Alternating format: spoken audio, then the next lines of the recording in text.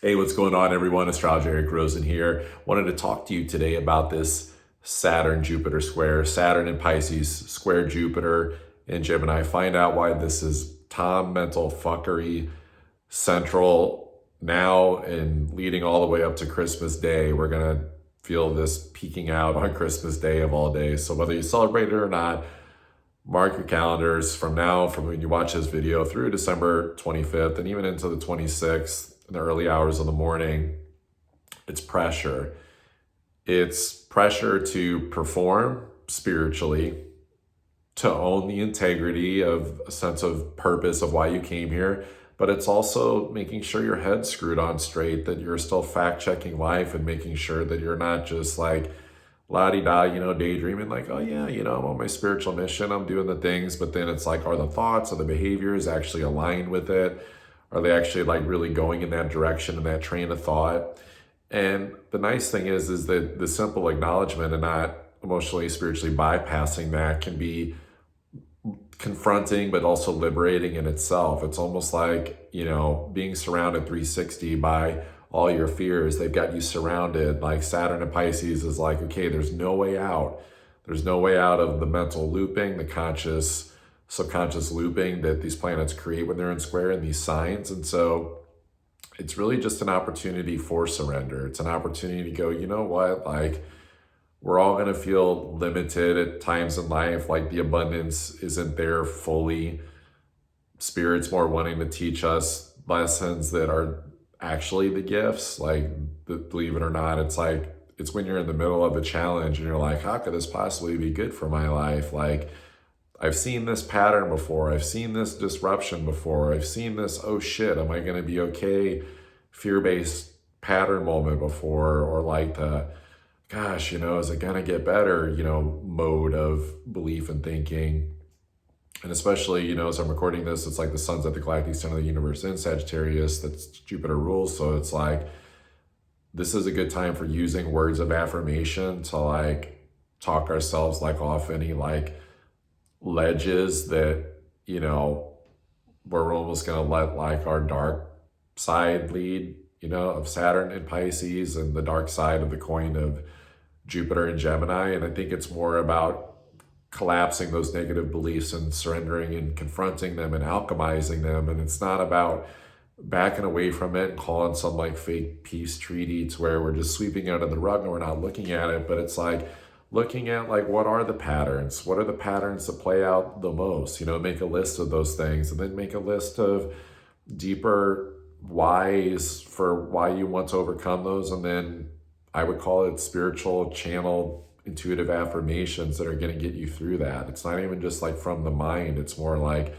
let the conscious, subconscious mind work together and like produce some type of like celestial algorithm that's going to like transcend the physical limitations of, living in this body, living, with a mind, living in this reality where it's like, it's tough not to judge situations that are coming up in our lives, to, fall into like a dualistic element. And so it's like, these can be affirmations that don't just accelerate you at a quantum level. That's not just meant to be like inspiring, to be like, yeah, I can do it, but also like compassionate, like acceptance. So it's like strength plus compassion. It's both. It's like this leadership piece of, okay, I got this, I can do this. Like, what can I do like during these limitations, I think is a big part of this. It's not about just like laying out or not doing anything and just being like, well, I give up. I'll just like wait till the Saturn Jupiter square is over. I'll wait till after Christmas, or I'll wait till next year. Like, there's a feeling of like people fading out like already, because we're heading into some, restrictive transits. And then it's not matching the ideals of like wanting like a traditional, abundant, felt holiday season. And so then it's like, like numbing out and not even doing like necessarily traditional things, maybe it's like just like more escapism things to like numb the senses, numb the mind for a little bit, stimulate it, get the dopamine hits. So I'm not picking on anyone. I just want to put out, the forewarning like of this and see that it's not gonna come specifically from this horoscope or even specifically from some, video clip that you watch on YouTube or a meme or something that you read in a book or tarot card pulls or, going to the weekend event or the seminar or the event. This isn't about seeking outside of ourselves. This is like developing our own codes, if you will. Like there's so much talk in this culture about subconscious programming. And then there's like so many programs out there selling people on like their product of how to like reprogram and be powerful and all this stuff. But what about like your unique path, like your unique destined path of that actually fits the experience that you're desiring to have? And so it's a check-in of like where it feels limited and you're not having that experience or you're not feeling aligned fully. Things feel slippery or messy in life of sorts, and going, okay, well, what is the language? What is the new language? It's like developing your own like light language. I'm not saying you gotta like speak in like the weird energy, no offense to any light language activators out there, but it's like, what is the thing that needs to be said to help you comprehend? I think this is also this is us asking bigger, better questions too. Like, what is the real source of my limitation? Like, no, really, like I want to know, because it almost has to be a real commitment too of affirming that we're not just like seeking to, make things like more rosy and like we're kind of exploring the roots of our subconscious and mental blocks, that we're more so like, no, like I want to know. And I think I can tell you a lot of it for me is the piece of like, it's the foreign territory aspect of it. It is Pluto and Aquarius.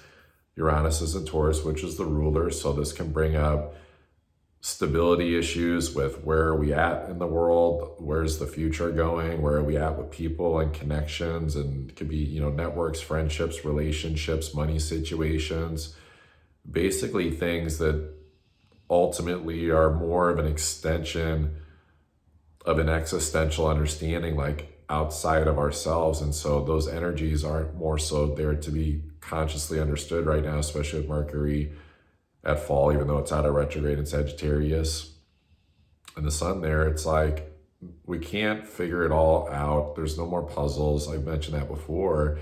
It's like use those outer planet energies, Pluto and Aquarius, Uranus and Taurus, to go, you know what, like maybe I can like figure this out, but it's not going to be like through planning. It's not going to be through, getting the right dialed up, perfect game plan. Like I'm going to just be Tom Brady and throw one touchdown pass, or I'm just going to be nail that fucking high note song like Taylor Swift and my life's going to be great. It's going to take commitment. It's going to take digging ourselves out of spiritual mud. It's going to take, accepting that even though yesteryear is ending, that like we're still like hosing the fucking mud off of us. And the mud doesn't need to be positive or negative. It's not going to start like smelling or collecting flies if it's like, oh shit, is that feces or is that mud? It's like you just get the mud off.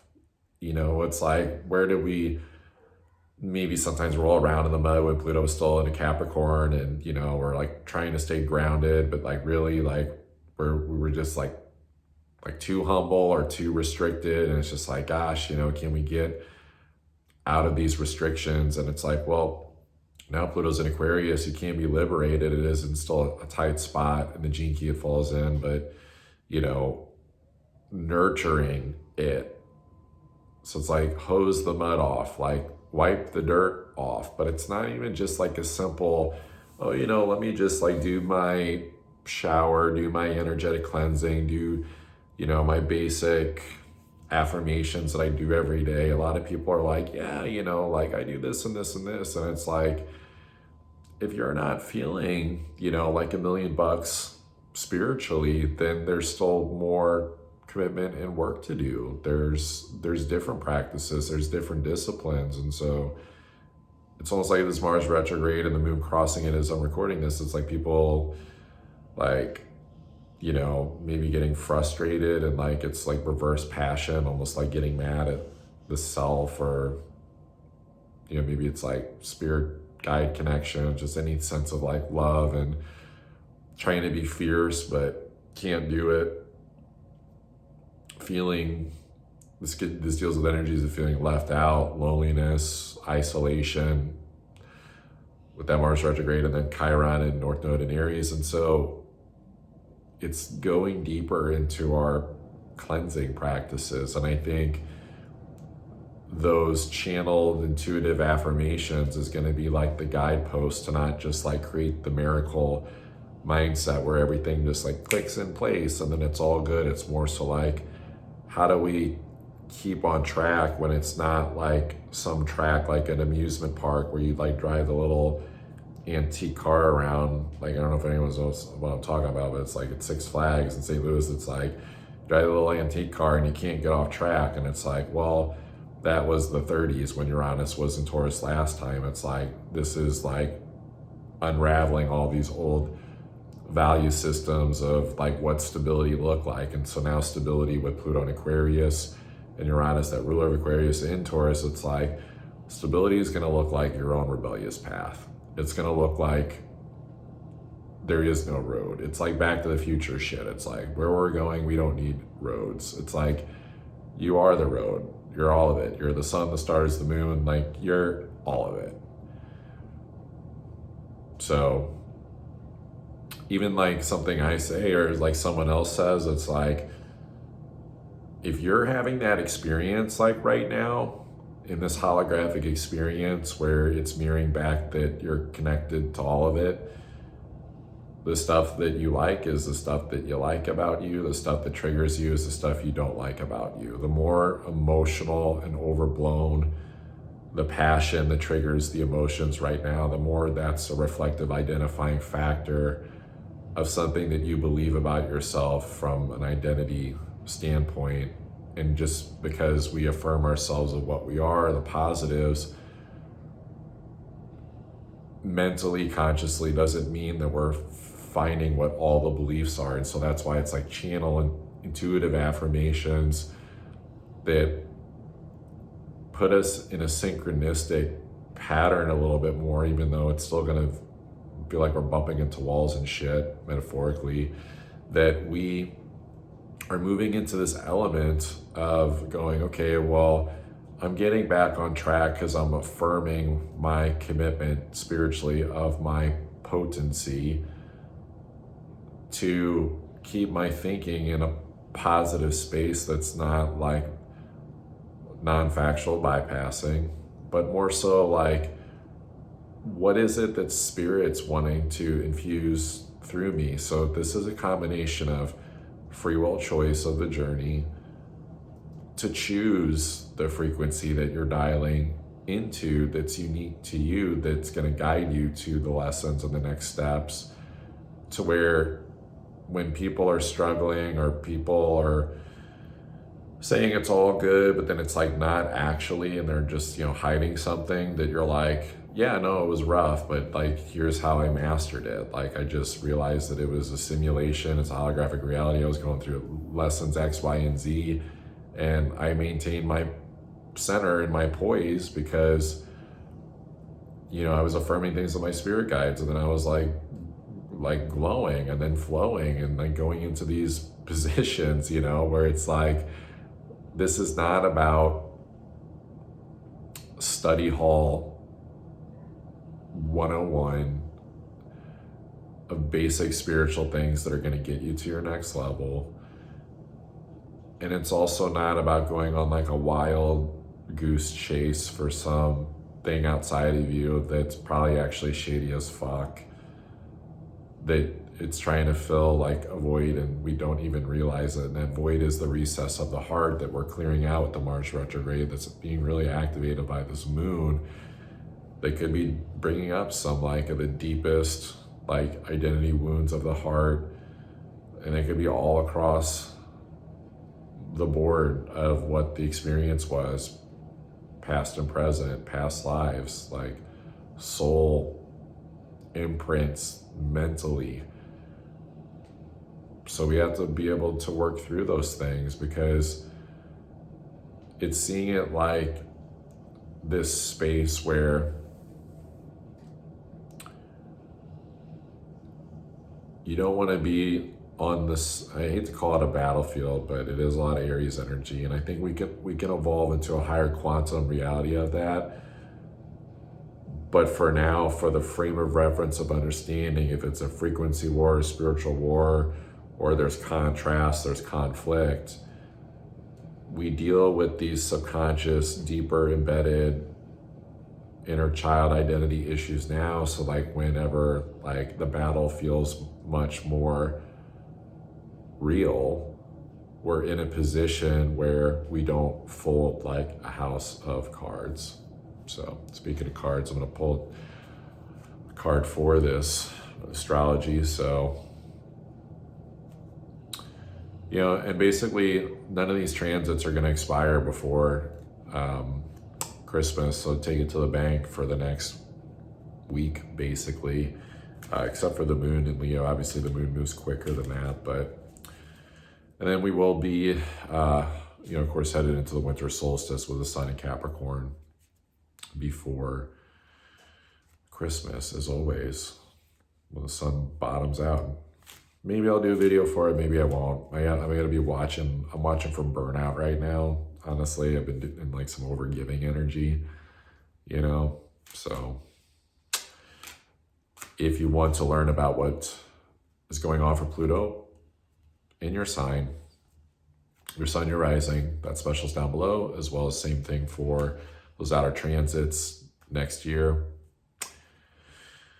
And as always, if you want to get an astrology reading, you want to book a session, that link will be down below as well.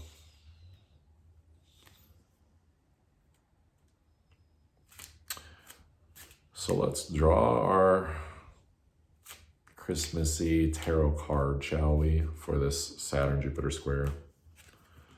Well, Knight of Pentacles. So, you know, I like this. I think there's a fresh go-getter start energy where, you know, I've been feeling like with this astrology, it's a reminder that we still do need to have commitments and take action, that even though things are feeling like, whoa, you know, like this is Pluto and Aquarius, are we on planet Earth still?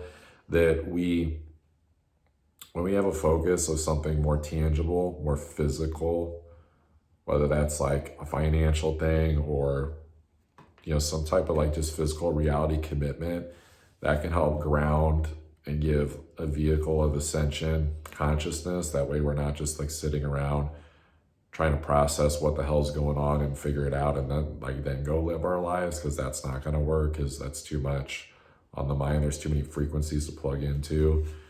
And I think, you know, it is the end of Sag season. So social connections are super positive, right? Like the Three of Cups. So it's like, there's a tribal aspect to it. There's a communal aspect to the emotional fulfillment, you know, of just connecting in general. And I think that that's part of that physical piece that even came up actually in the presentation that I co-facilitated looking at the Astrology 2025. It was like looking at like, how do we ground in like all these activations and this ascension consciousness and all that.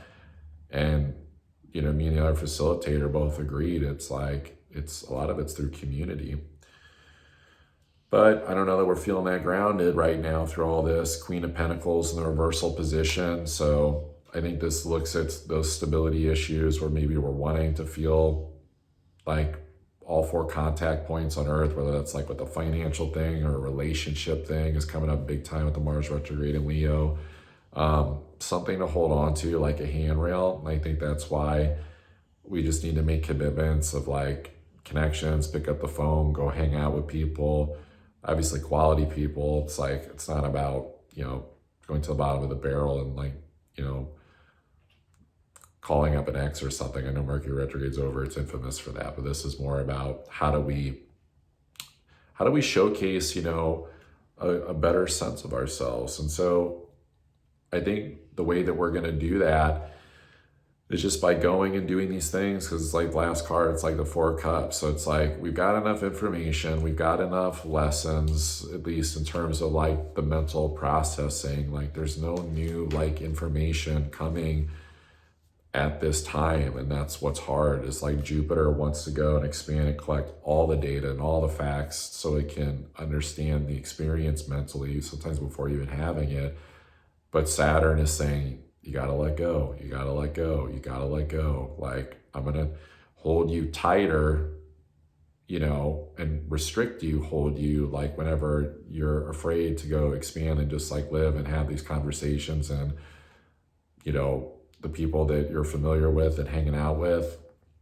So this is about breeding, positivity through just like honest, open, even vulnerable connections. And I think that's where the true emotional fulfillment is going to come in during this time. So for people out there, it's like, family situations, maybe it's going to be, holiday parties, like don't front, just be your authentic spoken self. It's like being well spoken means just like your transparent spiritual self. And that's the same thing with family too. Like, even if it's like kind of like you say the thing that like everyone gets quiet because they're like, wow, you're weird because you're vibing with yourself or whatever, then you go, okay, well that's the boundary. That's where Saturn and Pisces is so boundless. And it's like that communication piece of like, I'm not sure, like, am I saying too much? Am I not saying enough? It is Jupiter retrograde in Gemini. And but also not trying to be like, cool about it and like suppressing how we really think and feel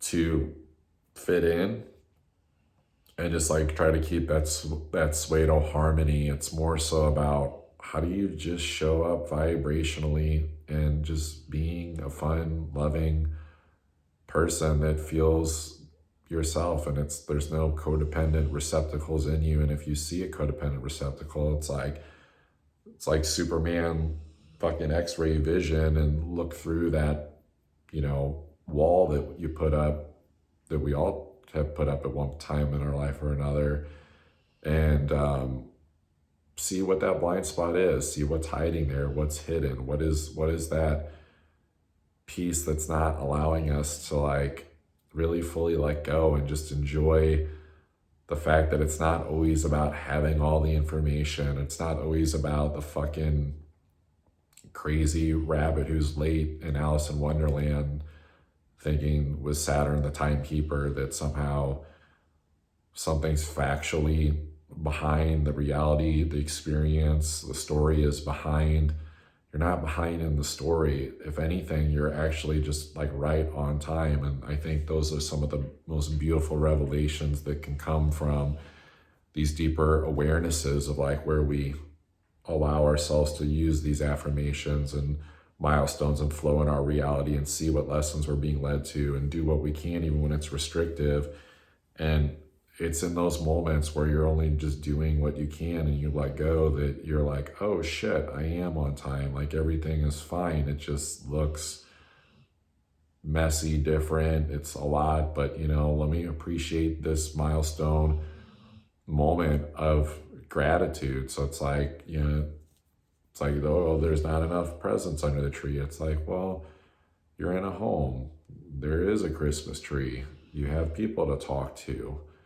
Maybe some people have like, left this planet. They're not there to celebrate with you no more. Or, the nostalgia just isn't hitting home the way Christmas used to. Well, join the crowd. It's okay. Like it's, I think that's hitting home for all the collective, but there is a sense of, true gratitude of just identifying what those sensitivities are and just being humble and accepting anyway. And I think that's where the peace and harmony really comes in, and where we can kind of relax more on a mental level and not feel crazed about anything and have control issues and thinking that there's something that we need to do in order to change the fate of it all. This isn't about changing the fate, especially like deceptive means with that Mars that's going to be opposing Pluto.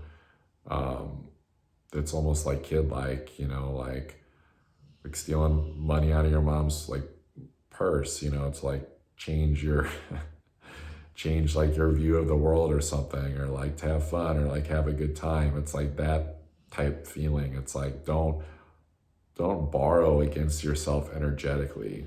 This is the last thing I'll say. This is also about energetically, you could say protecting yourself, but it's more so just like the commitment of like, where is your attention going? Your energy is the most precious currency you have right now. It's not about throwing up, the cross and putting garlic on you or something for like low vibe people or something. That shouldn't even be coming up if you follow this more affirmational process and your own independent subconscious reprogramming to just gently change your behaviors through these affirmative processes, because you'll be so dialed into like this spiritual explorative detective mode of the recesses of your heart of what is going to be fun and happiness and what's on the other side of this radically unprecedented Mars retrograde in Leo that's opposing that Pluto, and that will eventually oppose the Sun in Capricorn season, especially for beginning of the second week of next year. It's like January 6th or 7th. And that, how could we possibly figure out what's going to make us happy or have more fun or emotional fulfillment or a need or something that we want? Because that might all be so different by the end of February. And you might think I'm crazy, but even if it doesn't land on your back doorstep, even though it can feel like it with Jupiter and Gemini, just imagine the world's going to change so fucking much from an energetic consciousness, identifying this reality standpoint, that start to notice, I'll just say this for these next few months, if suddenly like you're not worried about the same stuff anymore, or like something negative, was that even your fear or worry to begin with? Or was that just a plant of subconscious programming and then it's just not there anymore because the agenda changed? So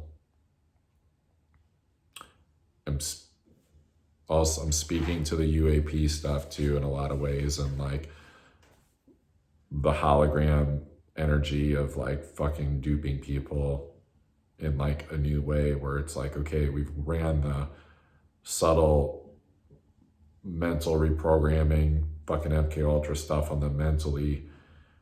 Kind of worked, kind of didn't work. It worked on some of the sheeple. I'll fucking say it, I don't care. And then, okay, I'm hearing be more compassionate, got it. But, like we've all fell for it in some way. It just, sometimes we don't always identify it as like being a part of the flock. It's just our own programming, because we are a collective. But now it's like putting it in front of your eyes and being like, here, look at this thing. Look, no, it's real. It's real. Your eyes say it's real. And it's like, is it though? Like, is that person really human? Is that picture really a human? Is it AI? Is that person a robot? Are they an ET? Are they fucking reptilian? And it's like, that's the hard part. It's not even about discerning or getting out the magnifying glass outside of yourself to be afraid of what changes are happening in the world. They're actually beautiful. If anything, this is exposing stuff that's actually been around since the early 80s anyway. And like now, there's just this military thing coming of like, launching like the next fucking phase of how are we gonna blow up your dream reality and fantasy of a belief in like something better for this collective by 2030, and almost like a more utopian type concept of like, what is the world like when it's just like, we're just like, okay, cool, yeah, we're just done fighting. Like, you can go fight over there in your smart city or something. We're just gonna go over here and plant our gardens, literally, metaphorically, or build our cities and our communities that like make sense and actually are sustainable. And Nikolai Tesla like free energy stuff. Like, fuck you, we're not playing your programmed game anymore. So like, this is about finding the hidden plugs of where we're still plugged in fear-based, worry-wise into this reality or negativity or thinking that it's all going to go to shit at times. And but then also not the spiritual programming of like it's all going to be okay, without like fact checking and going, okay, let's find that middle ground, let's find that strength of conviction to keep working towards a more beautiful circumstantial reality, but then also the compassion and acceptance of what we can't fucking change. And then, you know, it's in that the experience like comes full front and center, and then it's not about trying to even get to 2030 or try to get on the other side of the holidays for some, or for some people it's like maybe they're already thinking about like, you know, a fucking tax return or something, you know. It's like maybe, you know, people are already like looking forward to these like future dates, and it's like it's so much easier to see the power of what you can do in the now when we surrender and dial in on a spiritual grounded like warrior level, not just like the how do I feel better and feel high vibe and hold my crystals, but like how to upgrade to a spiritual program that we've never even fucking seen before in our modern comprehension. Like this is the stuff that's not really in the books like fully. Like there might have been predictions of dystopian realities or AI or machines and all these different things, but it's like we haven't chosen that like fully. It's like even like, you know, it's a giveaway, it's a spoiler alert, but like Matrix 4, it's like, so pause it if you don't want to hear it, but it's like humans and machines learning to work together. Like some of the machines, robots work together with the humans, right? There's like more harmony. So it's like, this is about us like choosing how are we going to perceive this new level of artificial intelligence that, yes, it's been around, but it's like, it's the mass rollout. It's the iRobot experience more so. But do we have to be a vigilante like Will Smith in that movie and like try to be a hero and save the day? Or do we have conscious conversations as individuals and not just like being afraid of the vulnerabilities to talk about how we're feeling and expressing and going into those modes, and then going, okay, like let's halt it at like the negative beliefs and experiences and just like put a boundary on that and be like, let's not even fucking go into that, because it's not a bypass. It's more so like acknowledgement. Yes, these things are happening, but what is a positive way to view this that we can contribute positive thoughts to it? I was literally sitting in a meditation. It wasn't really a meditation, it was an activation that I received from someone. And literally the first part of the meditation was like feeling like, oh shit, you know, like war's coming. But then as the activation continued, it was like the elevation of frequency and belief from the light workers that we don't have to choose that as a timeline.